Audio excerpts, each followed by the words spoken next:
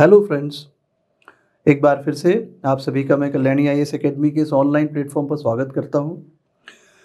जैसा कि आप सभी जानते हैं, मैं यहां पर मध्य प्रदेश जनरल नॉलेज की सीरीज़ को डिस्कस कर रहा हूं और in the last lecture I have discussed about the Shunga dynasty.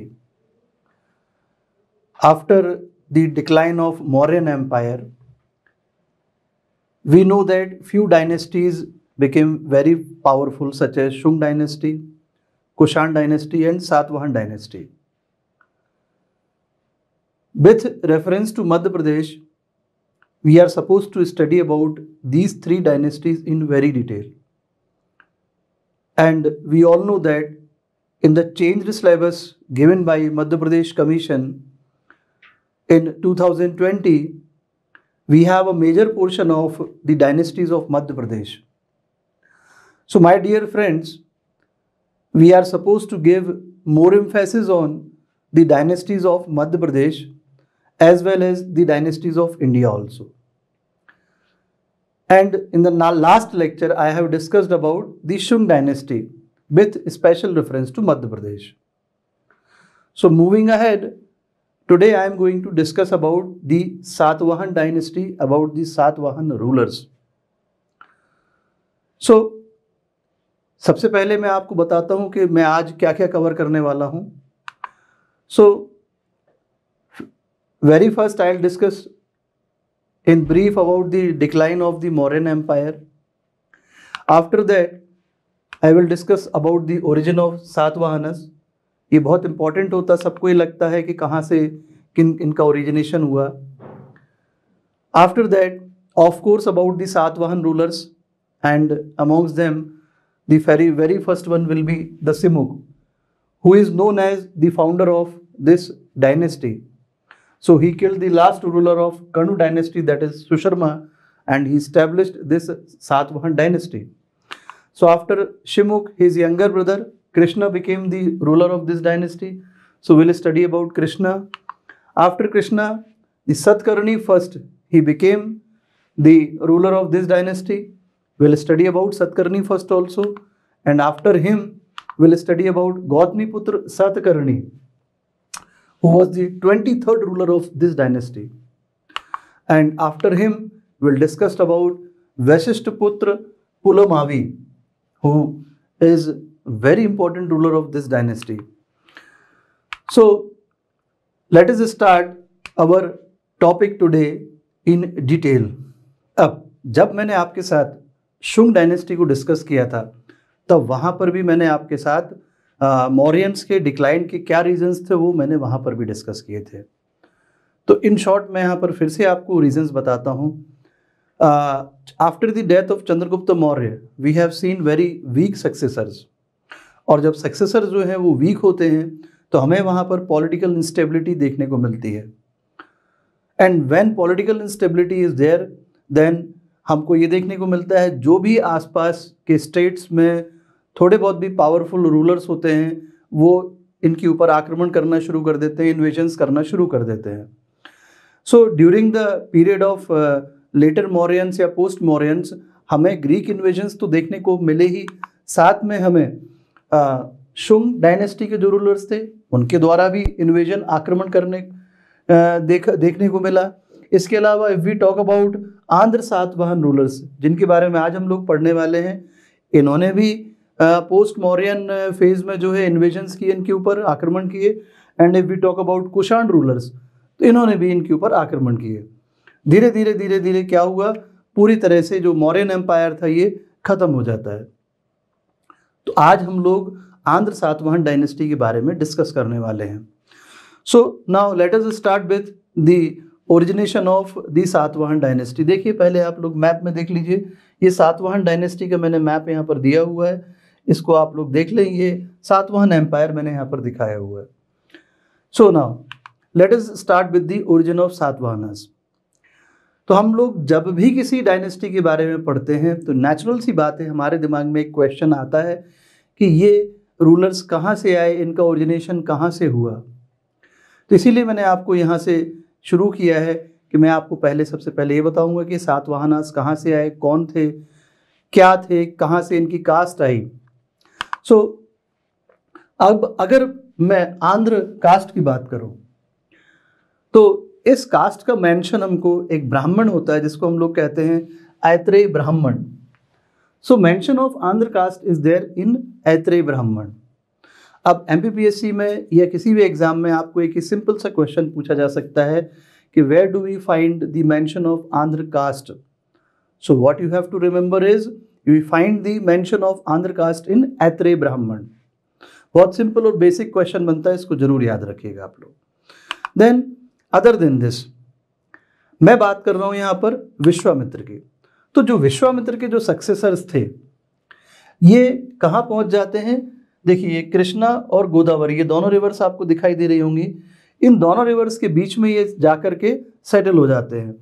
So the successors of Vishwamitra they went to the area between Krishna and Godavari river.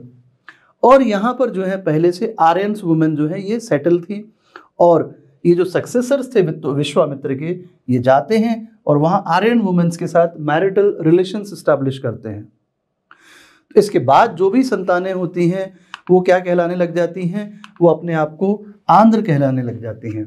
So this type of caste came to be known as Andhra. तो ये देखिए मैंने आपको बताया यहाँ पर कि आंध्र कहाँ से आए.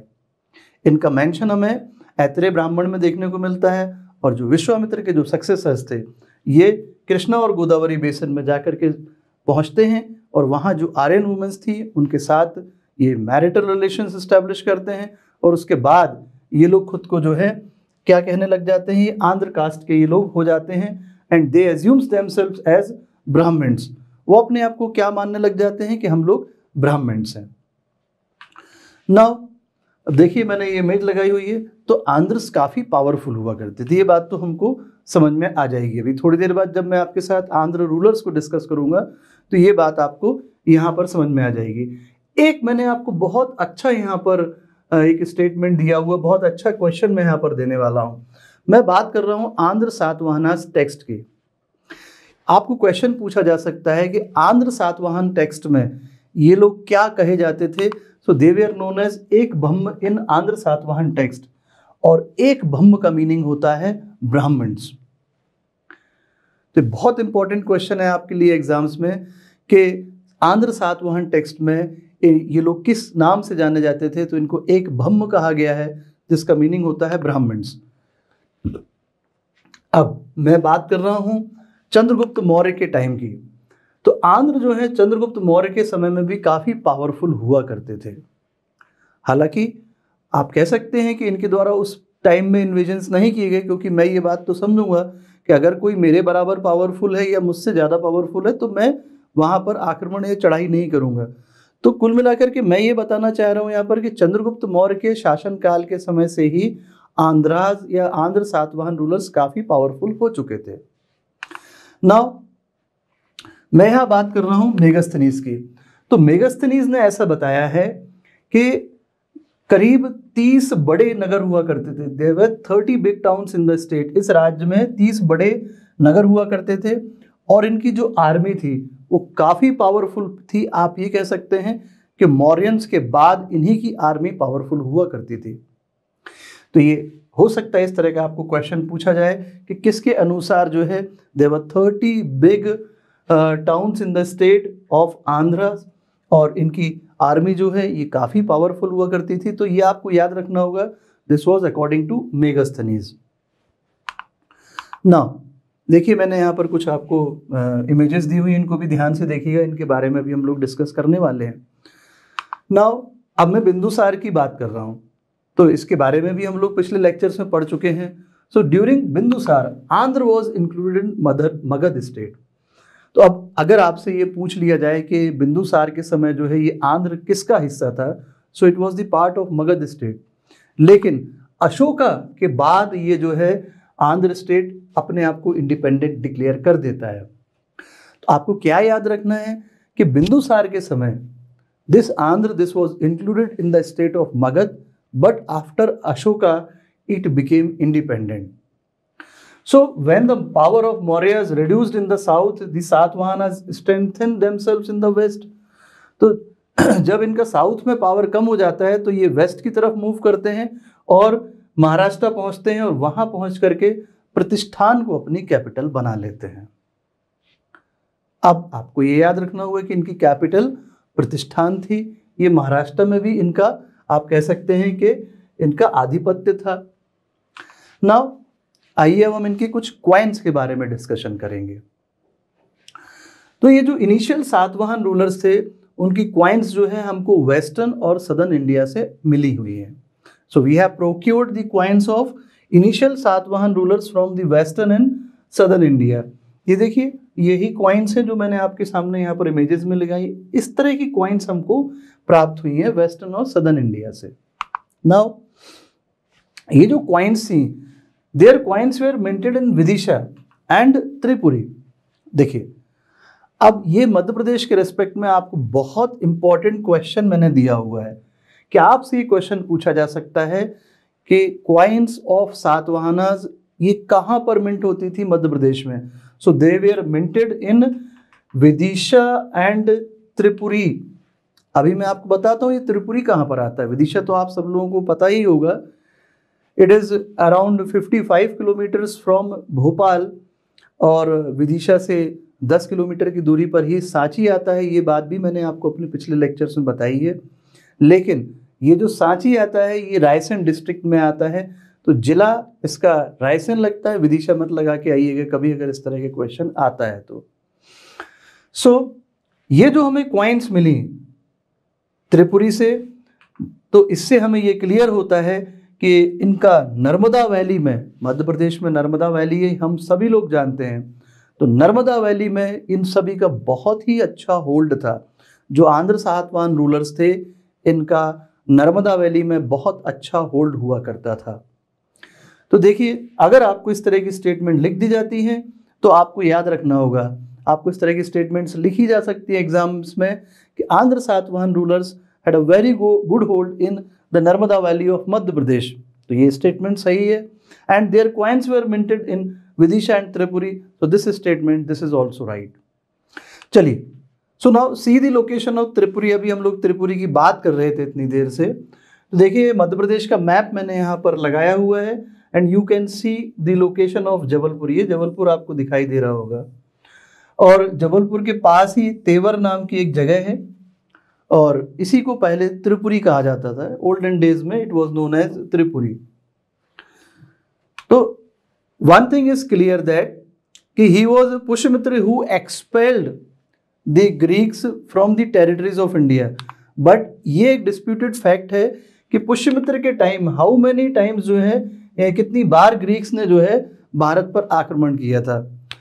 सो now if I talk about the coins of the Satavahana rulers, then हम बात करेंगे सतकर्णी फर्स्ट की, Shri Sat, Satakarni two, Pulumavi two, Gautamiputra Yajna Satakarni, Kumbha Satakarni and Sriharsh.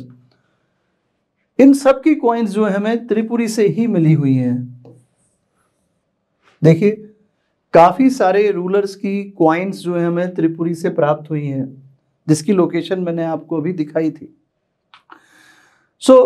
हम ये कह सकते हैं कि इनके कॉइन्स हमें विदिशा से, उज्जैन से और नर्मदा वैली से, त्रिपुरी के अलावा इन सभी जगह से भी हमें मिले हुए हैं।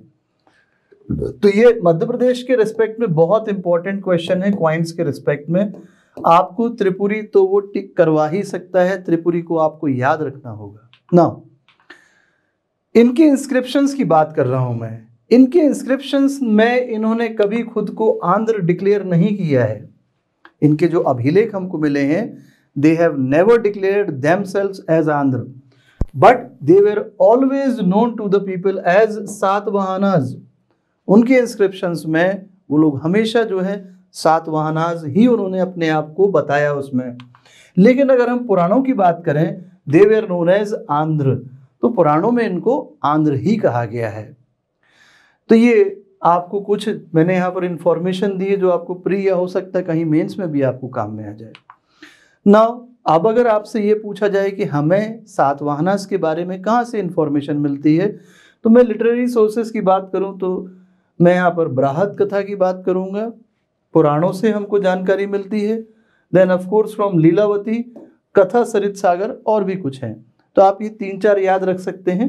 इन यहाँ से हमको आंध्र सातवाहन के बारे में इंफॉर्मेशन मिलती है। Now let us start discussing the Satavahana rulers also.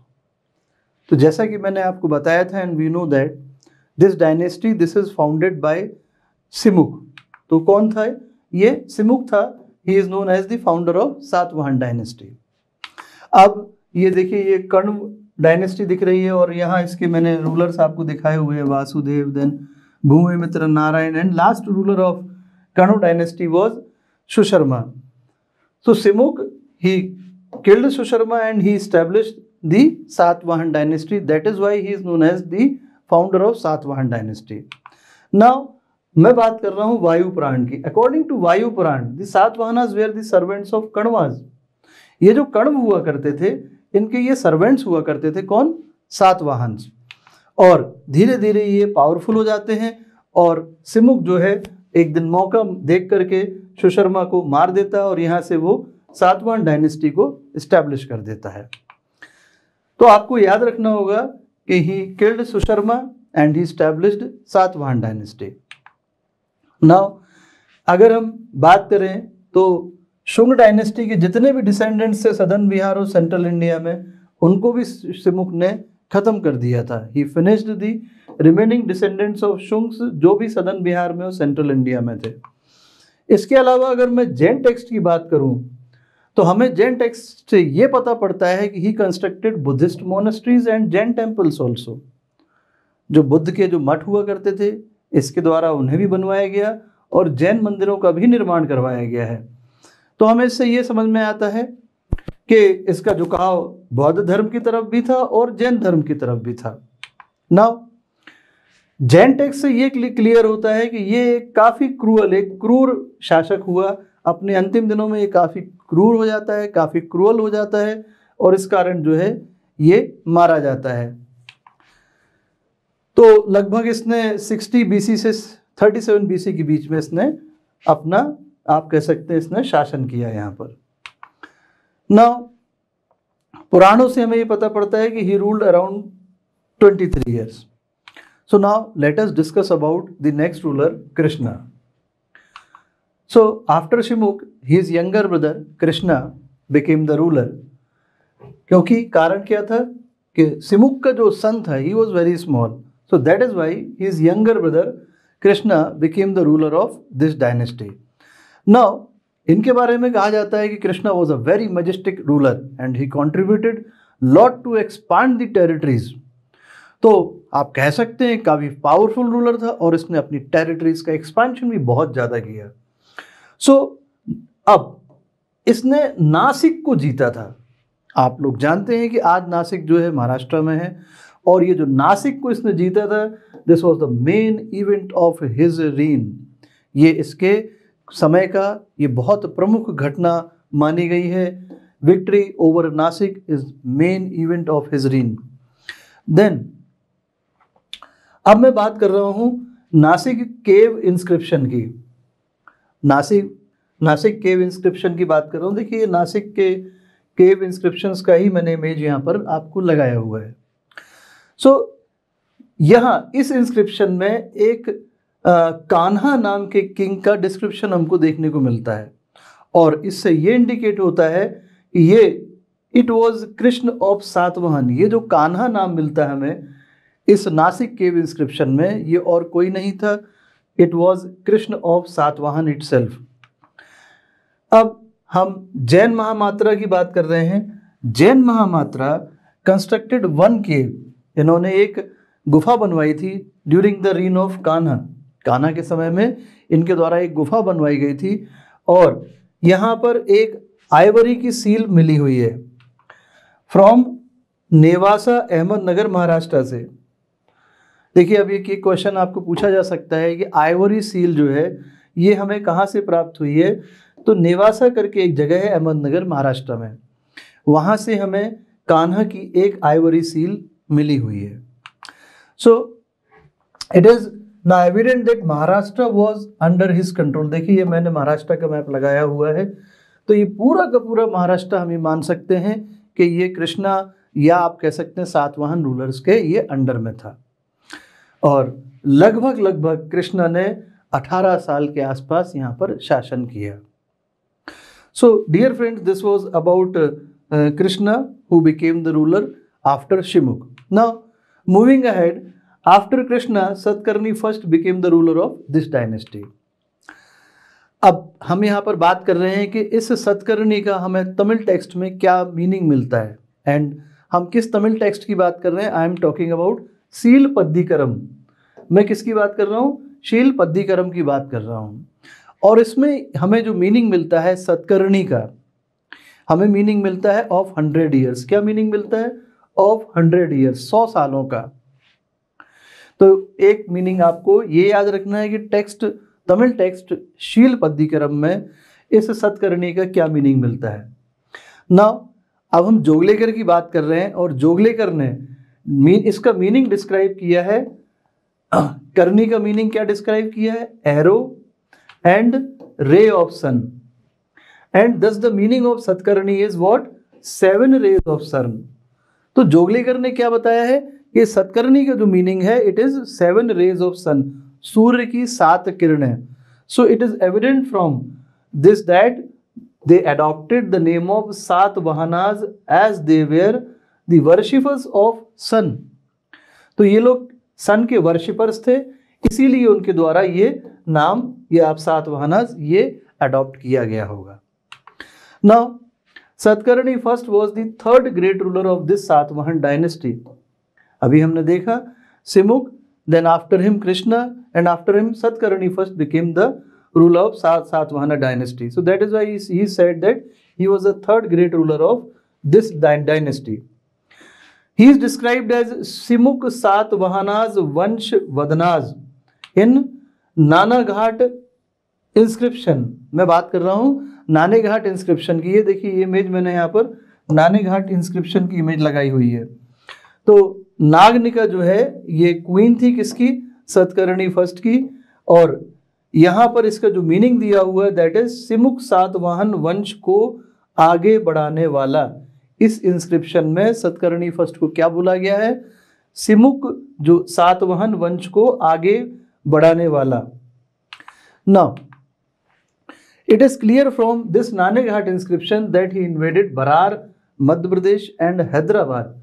तो इस नानेघाट इंस्क्रिप्शन से ये हमें क्लियर हो जाता है कि इसने जो है बरार, मध्य प्रदेश और हैदराबाद को इन्वेट किया था। अब एक इंस्क्राइब टेक्स्ट हमको मिला है कहाँ पर? सांची स्तूपा में। ये सब हम लोग जानते हैं कि सांची स्तूपा कहाँ है? रायसेन डिस्ट्रिक्ट में आता है, and it is 10 kilometres from Vidisha.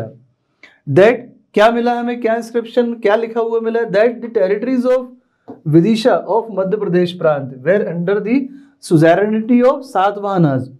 कि जो विदिशा के आसपास की जो भी क्षेत्र थे, टेरिटरीज थी, वो किसके सुजेरेनिटी में आते थे? सातवाहनास के सुजेरेनिटी में आते थे। Now it is clear from the inscribe text vedika at Sanchi Mahastupa. देखिए, सांची महास्तूपा के बारे में मैंने पिछले लेक्चर में डिस्कस किया है, और ये यहाँ से भी हमको ये क्लियर होता है कि दिस मालवा रीजन, ये जो मालवा रीजन है, this was under the suzerainty of Satakarni first itself. तो हमें दो जगह से ये बात पता पड़ती है कि मालवा, या आप कह सकते हैं कि विदिशा की जो टेरिटरीज थी, ये इनके आधिपत्य में, इनके अंडर में, इनके कंट्रोल में आती थी। तो हमें सांची स्तूप में एक इंस्क्राइब टेक्स्ट मिला, जिससे हमें ये पता पड़ा कि विदिशा की टेरिटरीज जो है वो इसके अंडर में थी, इसके कंट्रोल में थी, सतकर्णी फर्स्ट के। और सांची महास्तूप की वेदिका से हमको एक इंस्क्राइब टेक्स्ट मिलता है, और वहाँ से हमको पता पड़ता है कि पूरा का पूरा मालवा रीजन जो है ये इसके अंडर में या इसके कंट्रोल में था। अब हम बात कर रहे हैं कॉपर कॉइन्स की सतकर्णी की। इसमें हमें श्री सातकर्णी पढ़ने को मिलता है, इंस्क्राइब्ड था। इसमें क्या लिखा हुआ था इसकी कॉइन्स में? श्री सातकर्णी। और ये हमें कहाँ से मिलती है?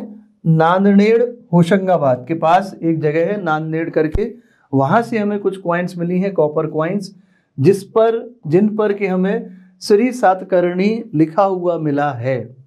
तो आपके लिए ये बहुत इंपॉर्टेंट क्वेश्चन बनता है एमपीपीएससी में कि सतकर्णी फर्स्ट की क्वाइंस हमें कहाँ से मिली हैं जिन पर श्री सतकर्णी लिखा हुआ था, या अगर इस तरह से नहीं तो इस तरह से पूछा जा सकता है कि जो कॉपर क्वाइंस नांदेड़ होशंगाबाद से मिली हैं उन पर क्या लिखा था, तो श्री सतकर्णी लिखा था, ये आपको याद रखना होगा। Now Shri Satakarni was inscribed in Brahmi script. अब मान लीजिए आपसे ये पूछा जाए कि जो श्री सतकर्णी इसके क्वाइंस में लिखा था ये किस स्क्रिप्ट में लिखा था, तो ये ब्राह्मी स्क्रिप्ट का यहाँ पर इस्तेमाल किया गया था। These coins were also procured from Ujjain, Dewas, Hoshangabad, भेड़ाघाट, त्रिपुरी एटसेट्रा।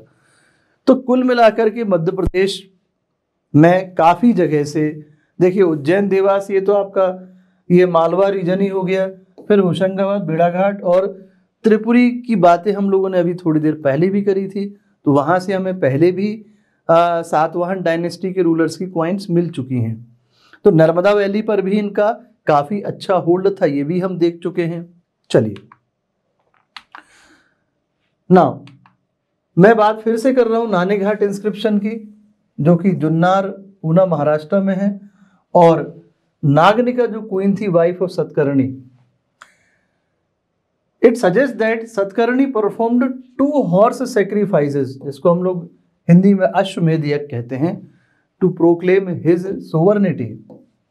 तो नानी घाट इंस्क्रिप्शन से हमें एक और जानकारी मिलती है कि सतकर्णी फर्स्ट के द्वारा 2 अश्वमेध यज्ञ भी किए गए थे। ठीक है ना। अब तो ये क्लियर हो जाता है कि उसका जो स्टेट एक्सपांशन था वो मालवा से लेकर के डहल प्रदेश जो कि जबलपुर में आता है वहाँ तक इसका स्टेट का एक्सपांशन था। कहाँ से कहाँ तक? मालवा से लेकर के डहल प्रदेश जो कि जबलपुर में आता है वहाँ तक इसके राज्य का एक्सपांशन हुआ करता था। तो हम कह सकते हैं कि काफ़ी शक्तिशाली राजा था, he was a very powerful ruler. अब इसके पास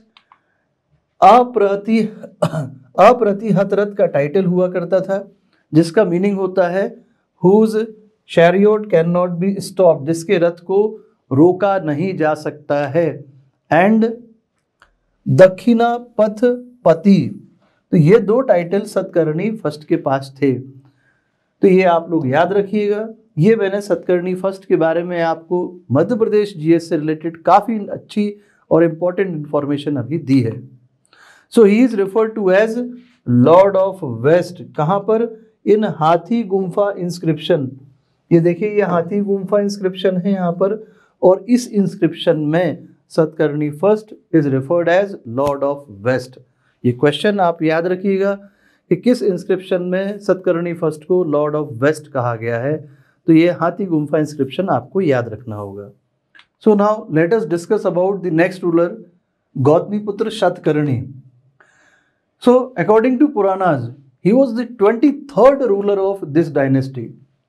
तो पुराणों के अनुसार ये 23rd रूलर था इस डायनेस्टी का। नाउ अब इससे संबंधित इंफॉर्मेशन हमें कहाँ कहाँ से मिलती है? तो एक तो हमें इंफॉर्मेशन मिलती है इसके संबंध में नासिक केव जो इंस्क्रिप्शन है, जो कि इसके मदर का है। अदर देन दिस उसकी जो क्वाइंस हमें मिली हैं, इसके अलावा जो सातवाहन के जो इंस्क्रिप्शंस हैं और जो पुराण हैं, इन सभी से हमें गौतमीपुत्र सतकर्णी के बारे में इंफॉर्मेशन मिलती है। लेकिन जो बेस्ट नोन है वो है Nashik inscription of his mother Gautami Balshree.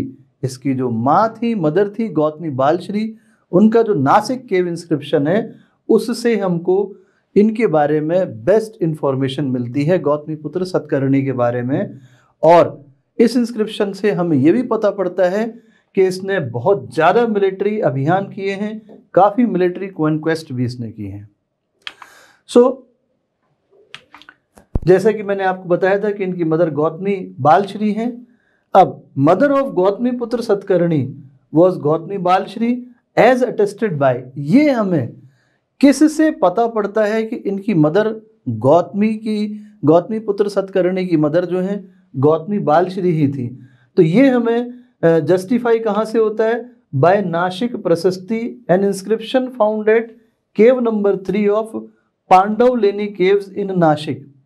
तो नासिक के पास पांडवलेनी की केव्स हैं, ये देखिए पांडवलेनी केव्स हैं नासिक के पास, वहाँ केव नंबर 3 से हमें एक नासिक प्रशस्ति, एक इंस्क्रिप्शन मिलता है जिसे नासिक प्रशस्ति कहा जाता है।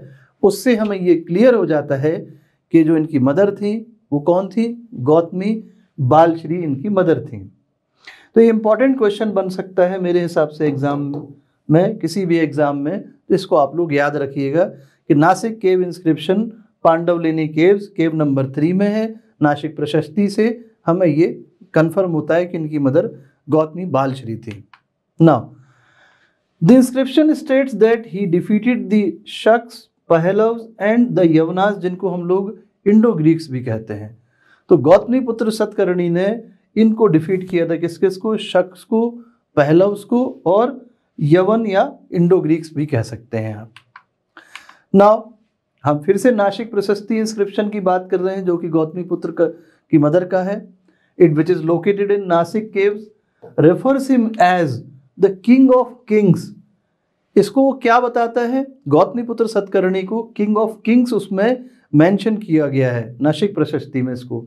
And states that his orders were obeyed by the circle of all kings. तो उसके जो भी आदेश होते थे वो आसपास के जो भी छोटे मोटे क्षेत्र वहाँ के जो राजा होते थे वो सब उसके आदेशों का पालन भी किया करते थे। नाउ अब इसका जो रूल था, जो एम्पायर था, वो हमें मालवा से लेकर के सौराष्ट्र तक और कृष्णा रिवर साउथ में, और हम कह सकते हैं कि कोंकण तक वेस्ट में, और विदर्भा तक जो है फैला हुआ था। तो इनका जो एम्पायर था काफ़ी लंबा चौड़ा फैला हुआ देखने को मिलता है। देखिए मैंने नासिक प्रशस्ति का आपको यहाँ पर इमेज दिया हुआ है, यहीं से हमें ये सारी इंफॉर्मेशन मिलती है। नाउ जो सिल्वर और लेड कॉइन्स मिले हैं, कहाँ से मिले हमें, विदिशा से मिले हैं। फिर से आपके लिए मध्य प्रदेश के रिस्पेक्ट में एक इंपॉर्टेंट क्वेश्चन यहाँ से मिल जाता है। And many other coins procured from Dewas. अब देखिए गौतमी पुत्र सतकर्णी से संबंधित हमें लेड और सिल्वर की कॉइन्स विदिशा और देवास से मिलती हैं। तो उससे हमें ये क्लियर हो जाता है कि सेंट्रल इंडिया के एक बड़े भाग में इसका आधिपत्य था, इसका कंट्रोल हुआ करता था। So this was all about Gautami पुत्र Satakarni. So now let us discuss about Vashishtha पुत्र पुलुमावी ऑल्सो। सो वशिष्ठ पुत्र Pulumavi was the son of Gautami पुत्र सतकर्णी, ठीक है ना। So he was the son of Gautami पुत्र सतकर्णी। नाउ अगर अब आपसे ये पूछा जाए कि इसकी कैपिटल क्या थी, so his capital was Paithan. याद रखिएगा, द कैपिटल ऑफ वशिष्ठ पुत्र पुलुमावी वॉज पैठान। अब मैं बात कर रहा हूँ यहाँ पर कार्ला केव्स की, और इसके गेट के लेफ्ट हैंड साइड पर एंट्रेंस पर एक आपको इंस्क्रिप्शन मिलेगा, कभी आप जाएंगे तो this inscription is related to Vashishtha पुत्र पुलुमावी। तो याद रखिएगा, हो सकता है आपको ये कि क्वेश्चन आ जाए, इसके कार्ला केव्स के मेन एंट्रेंस पर लेफ्ट साइड पर वशिष्ठ पुत्र पुलुमावी का ही एक इंस्क्रिप्शन हमको देखने को मिलता है। नाउ इनके पास क्या टाइटल था, so he had the title of Navanagara Swami. तो हो सकता है आपको क्वेश्चन पूछ लिया जाए कि नवनगर स्वामी का टाइटल किसके पास था। सो वशिष्ठ पुत्र Pulumavi had the title of Navanagara Swami. Now इसके टाइम पीरियड में शक्स ऑफ उज्जैनी ये काफ़ी पावरफुल हो जाते हैं and invaded the central India and Gujarat. तो वशिष्ठ पुत्र पुलुमावी के समय जो शक थे उज्जैनी के ये पावरफुल हो जाते हैं और सेंट्रल इंडिया और गुजरात पर जो है आक्रमण करके अपना आधिपत्य जमा लेते हैं। ये अब उनके कंट्रोल में चला जाता है। तो कुल मिलाकर के अब यहाँ से जो है आंध्र सातवाहन रूलर्स का आप कह सकते हैं यहाँ से डिक्लाइन शुरू होने लग जाता है। इनका एक्सपेंशन, इनकी जो टेरिटरीज थी वो धीरे धीरे यहाँ से कम होने लग जाती हैं। नाउ द नेक्स्ट रूलर, अब हम इनके बारे में भी देख लेते हैं, जो कि वशिष्ठ पुत्र श्री सतकर्णी थे। नाउ वायु पुराण के अकॉर्डिंग टू वायु पुराण ही रूल्ड फॉर 29 ईयर्स। इन्होंने 29 साल तक शासन किया था, ऐसा वायु पुराण में हमें पढ़ने को मिलता है। अब इनकी जो कॉइन्स थी अगर हम बात करें तो काफ़ी सारी कॉइन्स, अराउंड 600 कॉइन्स है ना, ये अकोला महाराष्ट्र से हमको मिली हैं। तो याद रखिएगा कि अकोला महाराष्ट्र से 600 कॉइन्स हमें किसकी मिलती हैं, तो ही was Vashishthiputra Shri Satakarni. Now कुछ क्वाइंस में हमें इसका नाम क्या मिलता है, Vashishthiputra Shiva Shri Satakarni. Now it is clear from Junagadh inscription, देखिए मैंने आपको जूनागढ़ इंस्क्रिप्शन का ही यहाँ पर इमेज दिया हुआ है, that he was defeated by Rudradaman twice, ये रुद्रदामन से 2 बार हारा भी था। तो जैसा कि मैंने आपको बताया था कि यहाँ से फिर हमें आंध्र सातवाहन का धीरे धीरे जो एम्पायर था वो वीक होता जाता है और इनका फिर यहाँ से हमको डिक्लिनेशन देखने को मिलता जाता है। तो dear friends, this was my lecture on Satavahana, Andhra Satavahana. Next lecture में मैं आपके साथ मिलूंगा जो कि मेरा लेक्चर कुषाण पर होगा। इस तरह से हम लोग शुंग, सातवाहन और कुषाण को डिस्कस करते हुए हमारा पोस्ट मौर्यन पीरियड को ख़त्म कर लेंगे। तो आप लोग हमारी सीरीज़ घर बैठ के अच्छे से देखिए, घर में आप लोग सुरक्षित और सेफ हैं। कोरोना की जो सेकंड लहर है ये काफ़ी खतरनाक है, आप लोगों को इससे सुरक्षित रहना बहुत आवश्यक है। तब तक के लिए मैं आपसे विदा लेता हूँ। नमस्कार।